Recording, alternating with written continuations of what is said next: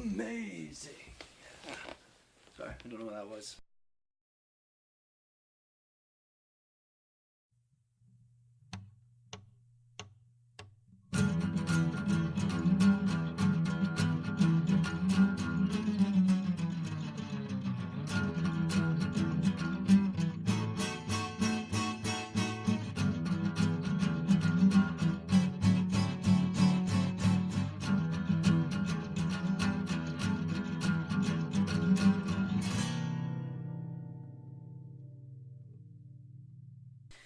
Hello and welcome to, I don't know why I did that. Hello and welcome to another episode of Double Feature, the internet movie review show where a horror whore and an anime addict swap films and try to persuade one another about how awesome each other's respective genres are. I nearly lost it there. Nearly lost it.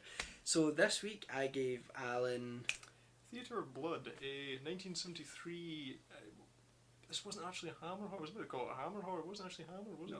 No. 1973 British horror film starring Vincent Price and Diana Rigg. The film is about a group of theatre critics who find their numbers rapidly dwindling as they're being picked off in a series of bizarre yet utterly brutal ways. Now, the youngest of their member comes to realise that the only possible perpetrator behind this is a failed Shakespearean actor who the group who blames the group for his descent into obscurity and madness. So it basically comes down to the young critic to kind of try and put a stop to this performance so before they all become doomed to die an ironic death. So yeah, the only thing that I remember you telling me about this film before I went in to watch it was that it was quite schlocky. And I think that is pretty much exactly the word that you could use to define this one. It's I've seen it billed as a comedy in some places. I don't know if I would have gone that far exactly, because I think while there are certainly elements of the film that are it's fairly tongue in cheek, but it's not. I'd expected it to be kind of really, really campy somehow, and it's kind of not. I think on some levels it almost kind of works as a serious horror film. It's classier than some people give it credit for. I think that particularly Vincent Price in the film, there's a lot of scenes of him reading Shakespearean dialogue. The deaths are all kind of themed after Shakespearean plays, and you get each time.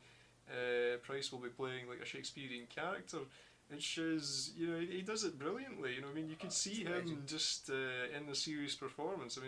Just bless him. I could watch Vincent Price reading the phone book, but he's really giving it full guns in the acting here.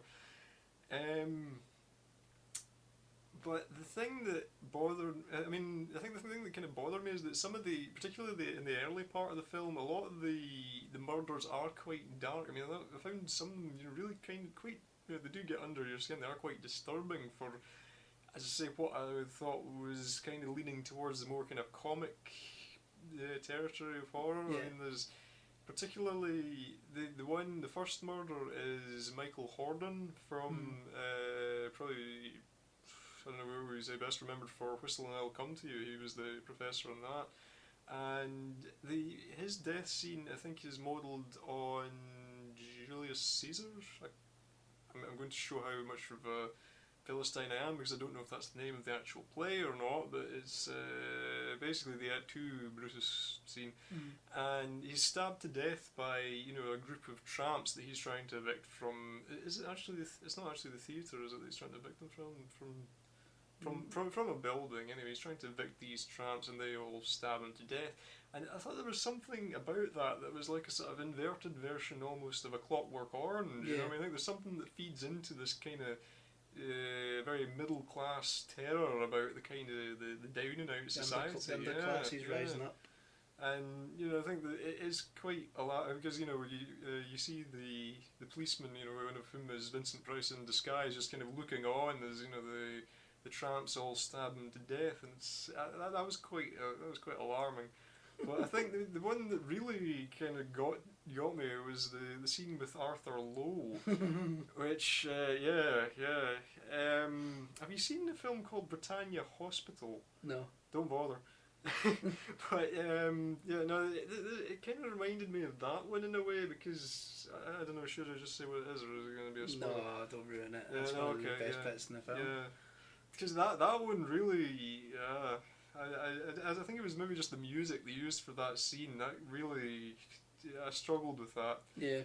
But I think after you get past the first few killings, and the one after that is quite kind of unpleasant as well. They're all fairly unpleasant. I think after you get past the first 3 or 4, so it does become a bit slightly campier, and because you get the stuff. The one that really amused me was the part where the young theatre critic, I think it's Ian Hendry that plays him, whose face is familiar to me, but I can't place exactly what he's been in.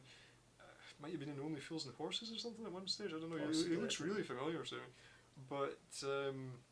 There's a scene where he's fighting Vincent Price in a fencing club, and they're jumping up and down in trampolines at one stage while they're having this sword fight. And I think you can't watch a scene like that and take that entirely seriously. I mean, my hat goes off to them for doing that. It's quite an entertaining scene, but it's awesome. Yeah. It's just awesome. And of course, we also got Diana Rigg in this one, who I thought they could possibly have done a little bit more with her character. I don't want to give too much away, but I felt that she could maybe have been put to better use in that. Yeah. But although saying that surprisingly, I think she considers this one of her favourite films that she was in, I believe. So, really? Yeah. So does. It would surprise me because I think it's it's a lot of fun. Hmm. Yeah, no, I would definitely go along with that. I mean, I don't regret having watched it at the end. I mean, it's. I think it wasn't always the easiest one to watch, but it was certainly entertaining. I mean, I'd give it that. I mean, it's, even up to the finale, which again, I don't want to give it away, but again, Vincent Price is he's very much the star attraction, and this is a tour de force for his acting talents. Considerable acting talent. I could watch Vincent Price.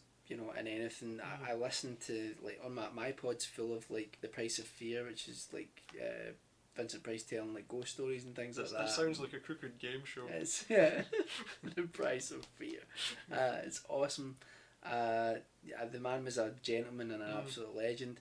I think Theatre of Blood is an absolute tour de force. I think that it is camp, it is kitsch in a lot of places, but like you say, there's a lot of pretty brutal things that happen in the film. I think one of the things that I find interesting about it is, to me, it really is a play on the sort of Phantom of the Opera, but it's like the Phantom of the Opera goes slasher. That's quite a good way of describing it. Yeah. That's really, to me, what the film's like. I think as well the era that it was made in, it was obviously in and around that time when the slasher film was coming to prominence, and I think there is that aspect to the movie. I think Vincent Price, obviously, what's interesting about it is that the killer is not faceless or in this he's very much larger than life, has tons and tons of dialogue. I think if they'd wanted to push it, I think they could have made Vincent Price quite a tragic character. I don't think they go down with that as much as they could have done. There is a suggestion that you do feel a bit of sympathy for him in a way. Yeah, I think anyone that's been trashed by anybody, do you know what I mean? I've been trashed on stage, so I know what it's like. And at the end of the day, you feel for anyone that's a performer that has to go through that. But I think every performer, no matter how good, goes through that at some point. Yeah. But yeah, I really enjoy it. I think it's it also kind of. To me, it's got a lot to answer for, though. Some of the films like Saw and things like that, I think there's aspects of it where some of the deaths of the critics, the serial manner of it, and the fact that they're quite elaborate in some places. Yeah. I think I can see people that were influenced by 1980s slasher films and perhaps this earlier on.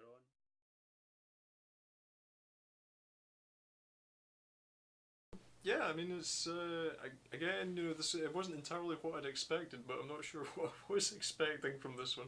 But yeah, it's a very entertaining film. I laughed, I cried, I wept. I really love it as well. I think it's a really good. it's a really good example of like a sort of 70s schlocky British horror film, Yeah. you know, and you know, um, Vincent Price was a real sort of Anglophile, you know, he really loved, especially England, and I think, you know, he did a couple of films in the 1970s over in England, which are really great. This personal favourite of mine's Madhouse as well, which is another one which we'll do at some point, and should definitely check them out. Witchfinder in general shot in England? That was a little bit earlier. I think it was 68. Yeah. So anyway, on to the next one. Alan gave me Demon City Shinjuku, an anime film from the 1980s. When was it released? 88. 88. This film is batshit crazy. Demon City Shinjuku is about... Well, it starts off with this evil warrior called Rebbe Ra fighting this other sort of, you know, representative of good. Yeah, the good guy. The good guy. He begins with G, but it's far awesome sideburns. Yeah, it's far too difficult for me to describe. Anyway, Rebbe Ra they're fighting on this site known as Demon City, and the good warrior's kind of defeated. He's killed, but Rebbe Ra's sort of got to stay where he is. I can't really remember why, to be honest. He opens up. Yeah, he opens up like a kind of portal to the demon world in the middle of Tokyo, basically, and in true, you know. Yeah, but that's not where he is when they're fighting, is it? Yeah, Shinjuku. Shinjuku is in the middle of Tokyo. Is it? Yeah.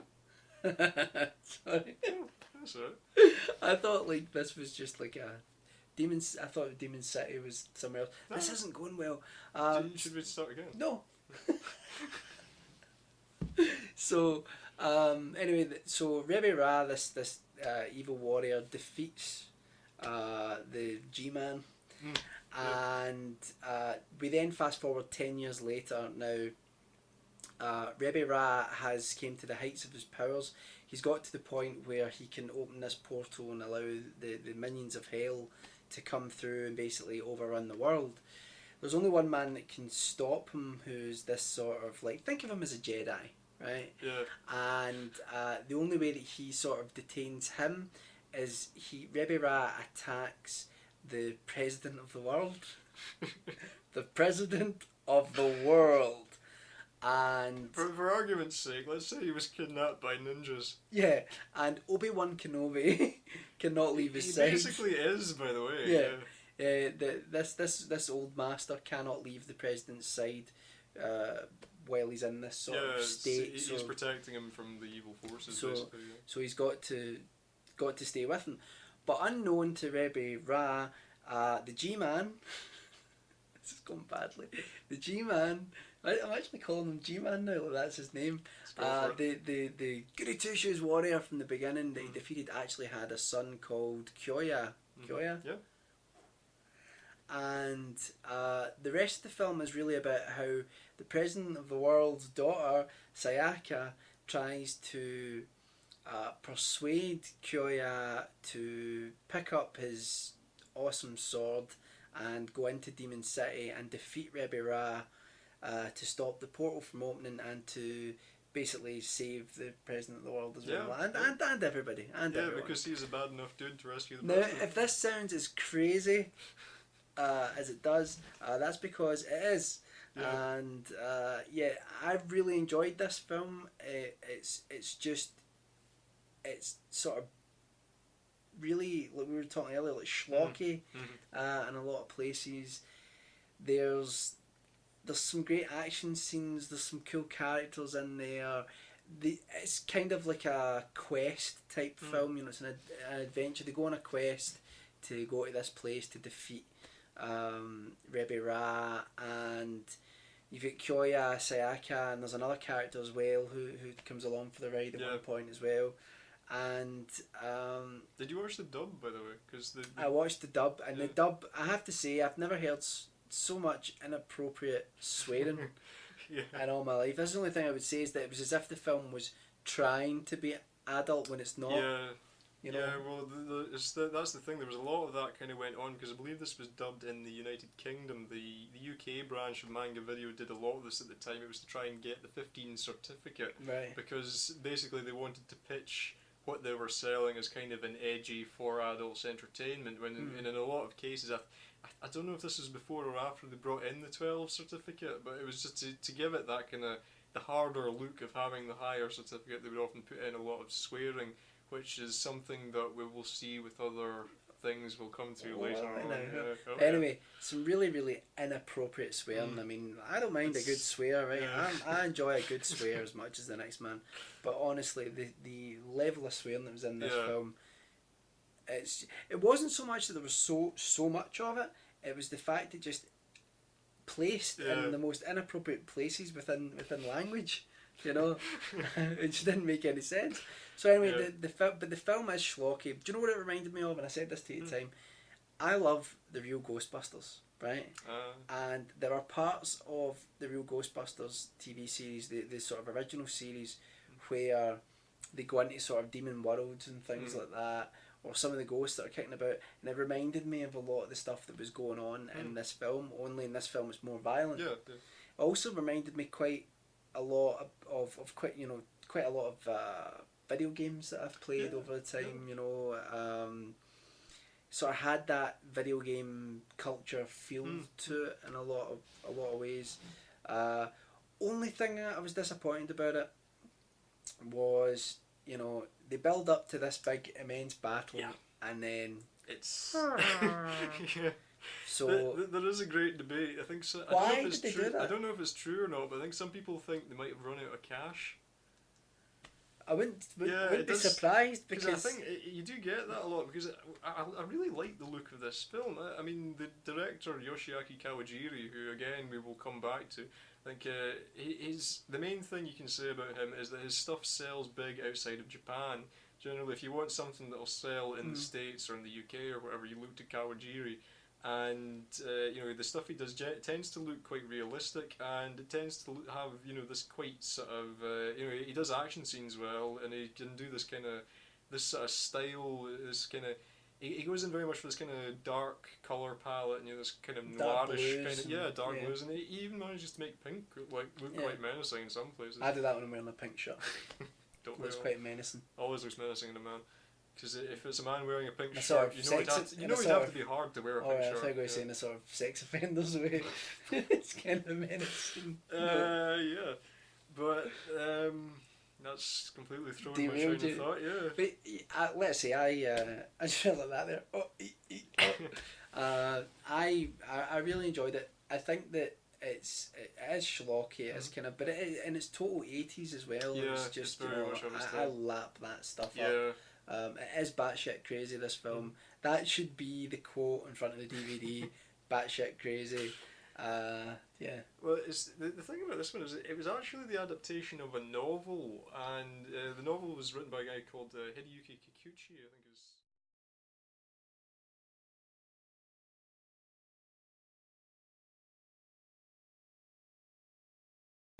As I said, I quite liked your two-word description of it as shit city. Yes, shit city. Yeah, I mean, it's not shit city though. Well, no. Batshit crazy city. Ah, well, perhaps that. Batshit crazy city. I think you said crazy there. I said crazy. Crazy city.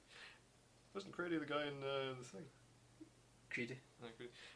If you said it in an accent, you could say crazy. Oh.